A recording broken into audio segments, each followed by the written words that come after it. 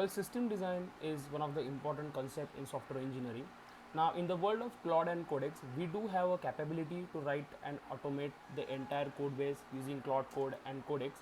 But in the case of system design, we still used to ask, Cloud and Codex back and forth prompting to get some documentation about high level design, low level design, and even the diagrams. So to eliminate this thing, I have created a very interesting open source project called DeSysflow, which is actually a wipe system design tools in your pocket. So DeSysflow is completely open source and it does supports two main components. First is CLI and second is Studio, which is the UI. And DeSysflow has a main functionality where it generates the documentation for your system design in high level design, which is HLD, low level design, which is LLD, system technical report and the non-technical report along with the diagrams, which is made by a Mermaid. Along with that, DeSysflow actually has a very important functionality here called versioning. Well, versioning is very important nowadays, especially in terms of code and in terms of documentation. So do in terms of system design. As system is evolving, we need to versionize our older system design documents as well. So it supports that as well. Along with that, currently it supports the 4 LLM provider: Olama, OpenAI, Anthropic and Grok. Now let's move and install DeSysflow in our system and let's try out. So currently I am in my code base and here I am going to execute the DeSysflow for a demo. First you have to just run this curl command to install DeSysflow in your local system. Installation is just started. It's actually detecting the platform as well. Let me show you. So it's detecting the platform Mac OS. It currently only supports Mac OS, Linux, and on Windows you have to just install WSL2. Perfect. Now by just running a one command, everything gets started. So it's just a one command called let's wipe design. If I hit enter, packages are getting installed for the first time after the installation. Okay, now we have to choose the cloud provider at very first. I am choosing Olama here. I just need to type 3 and I am keeping GPT OSS 20 billion parameter cloud version from Olama as a default model. If you want to change the model name, you can just type the model name here. The second option we have is selecting the programming language. Now programming language is very important part when it's come to designing your system, because most of the classes and functions are contribute in your documentation and the flow. So that's the reason why programming language very important when it's come to the system design. And right now it has a functionality where it detects the dominant programming language from your code base, and right now it's saying the Python, and default also it's a Python, and I just need to hit the enter. No need to type any option to keep it as a default. Second, we have a report style. The default is the balance. I am going with the balanced report style. Okay, now the most important part here is a cloud. Cloud is a one of the not one of the, I would say, the most important part while designing a system, because you need to showcase the cloud services in your workflow and your low level design and high level design. So for that we have options here. I am using AWS, so I am selecting option 2 and hitting enter. Now we have a web search mode as well. Here I am keeping it auto, so on the base of the prompt or requirement it goes on internet and search about the things. If it's not, it just leave. The second is a role. Now role actually creates the test in your system design documentation, as we know. So here I am using the number 7, let's say platform engineer, and going with it. Now after selecting all the options, I have never write a single word of prompt, and here also prompt is again optional. If I want to add something else on top of this system, or I do have different requirements, then only I will go for a prompt, else I will leave it as a blank and hit the enter. So from the start, let's say let's wipe design, after hitting a let's wipe design, I am usually hitting a enter button or a number and literally no prompt. And here also for a first documentation, or I can say initial system design documentation, I am not adding any prompt, and let's hit the enter and let's see the magic. Now before moving forward, it's asking the permission about your code base, so I am just saying yes here and hitting the enter. Okay, so generation is started. It is generating your artifacts in the 5 steps.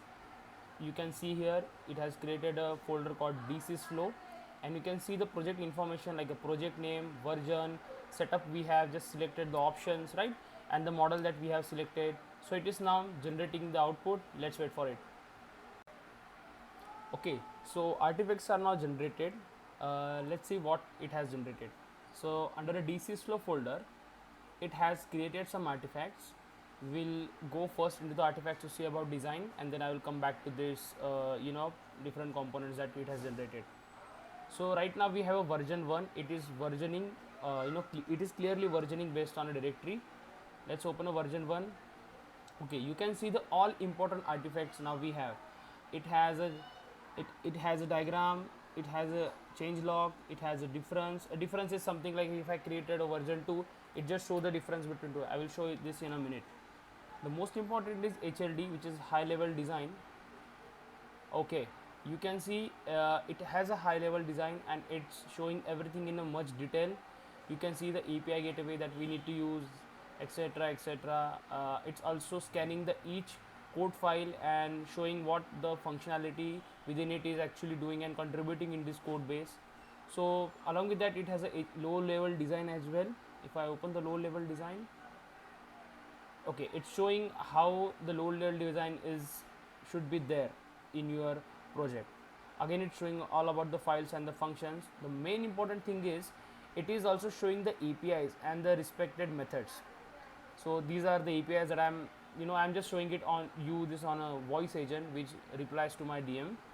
It has a schemas as well, it has a service communications as well, caching as well, error handling as well, all the low level designing thing that one should know.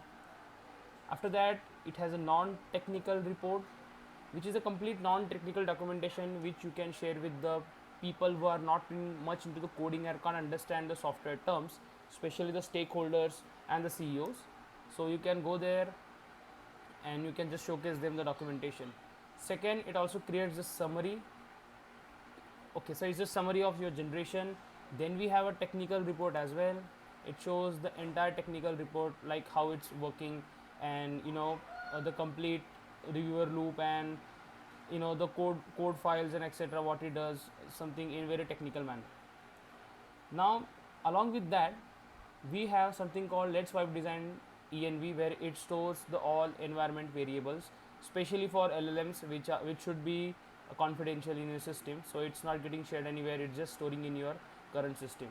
Along with that, it has a DeSysflow database. I am using SQLite here. It stores your sessions and especially the chats for your UI that I will show you in just a minute. Now to redesign the second version, you just need to select the design and you just need to add a prompt. So let's add a prompt. I need a front end functionalities as well in React.js. Okay, again asking the permission. Now it started the version 2 and it also showing the request. So let's wait for it. So generation is done. You can see the artifacts here, and also now you can see the version 2 here as well. Let's open it and let's move to the difference, where we can see the difference between the first version and second version. Right, let me just make it okay, perfect. Wait a minute. Okay, yes, here you can see the difference between version 1 and version 2 after a new request. It's updating the documentation, it's telling on which file it's getting updated and how the documentation is updated based on a requirement. Now along with that, if I go to the HLD, it will create HLD on top of the V1, but the additional resources it will add based on my request. Okay, so here also now we have two more options called restart and buy. So if I hit the restart, then it will ask all the that options that we started after doing a Let's Wipe design, and now you can select the language again and the cloud cloud host platform again, etc.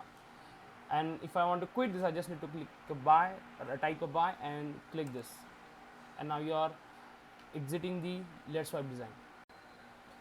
Now you can see actually you can push this DeSysflow folder on your GitHub. Let's say pushing DeSysflow artifacts, and I am committing this on a GitHub, and you can see this artifact is present on a GitHub. Let's open it. Here it is, and now we have a version 2. Let's open a version 2, and we have the most important is the diagram. Let's see the diagram. We have seen the documentation before, and after opening a diagram, let's wait for it. It's loading. It's currently based on a Mermaid. Okay, now you can see the entire, you know, architectural diagram which has been created in your version 2 using DeSysflow. Now along with the CLI, we have a studio option as well. So let's open the studio now. So studio has a front end which has a React.js, and in a back end it uses the fast API. It also has a chat management functionality which stores your all historical chat into the SQLite data. So now let's open a studio. So here is the studio. It's like a basic chatbot, AI kind of chatbot app. On the right side, we have a configuration where you can select your model. I am currently going with the same Ollama model. And on the bottom here, you have a chat box where you have to describe about your system, what you want to design and what you want to build. Now, just like a CLI, here we have a drop down options to select the, you know, options and configuration for your systems. Let's say here the same as previous, we have a different, you know, role of your system design generation. Then we have a language, we have a, you know, style and cloud and search. Okay, the one thing you have to notice is that the studio doesn't connect with your code weights. It's a complete independent identity which runs in a UI. Okay, so I have this requirement where we have to scale a real-time ride sharing system just like Uber, and here I am selecting let's say I am selecting a DevOps. For a language I am selecting Go. Style should be detailed, and cloud I am using here is Azure. Now let's generate. So generation has been started. You can see this progress bar on a screen.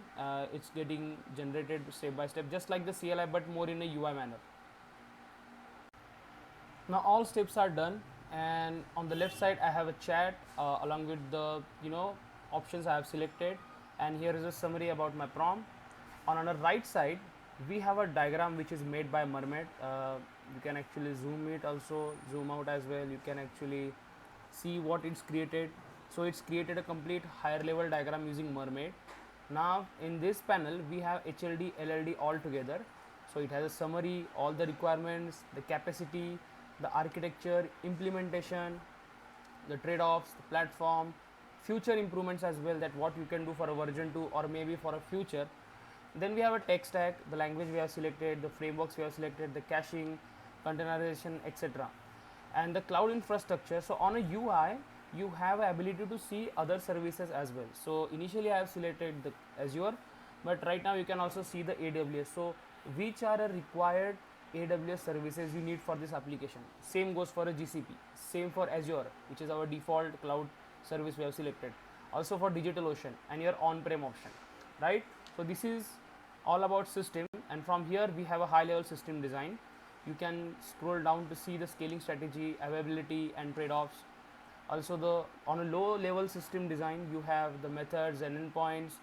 You can see this API endpoints, and along with that we have the request and response. Everything is there. Now we have a database schema as well, what schema you need to include for your application, and the services as well. So actually studio is very important for you if you are just starting your application. So before writing your first code you can go to the studio and take an idea of how system should get designed. So this will help you for wipe coding as well. You will not blindly wipe code. You will take this reference and wipe code. And the last panel, now we have a non-tech. It's like a simple non-tech requirement as I have discussed earlier. So it's just telling about the project summary, the business value, the key capabilities. So it's actually for stakeholders and a non-tech persons in our system, right? So that's what we have right now in the DeSysflow in the current very first version. You can install using curl command. You can visit the DeSysflow OSS, the link in the description, and you can see the documentation how you can execute and how you can use it for your own product. Also it has docs folder as well, where on a docs folder you can see the much detail of this DeSysflow, like how to use CLI. If I open this, then there is the information like how you can use the CLI for your own project. It's like a complete guide in your hand about the DeSysflow. Also, one of the most important thing I want to share here is that the DeSysflow is currently fully functionally depends on an agentic architecture, and here we have these agents. We have extract requirement agent, we have a select template agent, generate architecture agent, inject edge cases, select primary architecture, diagram generator, diagram quality agent which rechecks the quality of a Mermaid diagram, and a report generator which actually creates the report, including the cloud infra agent, right? So these are the roles of the agent, how these agents are orchestrated together and working together on a, you know, on a backend or behind the scenes. So it also has a guardrails. If let's say your system designs or your code base has very important environment variables and that should not be get exposed, that's where guardrails come into the picture. So you can always visit the documentation to understand more about the DeSysflow. Also, I would love to see the more contribution in the DeSysflow for a future. Fork this repository, play around it, build something, break something, and contribute to it. Thank you.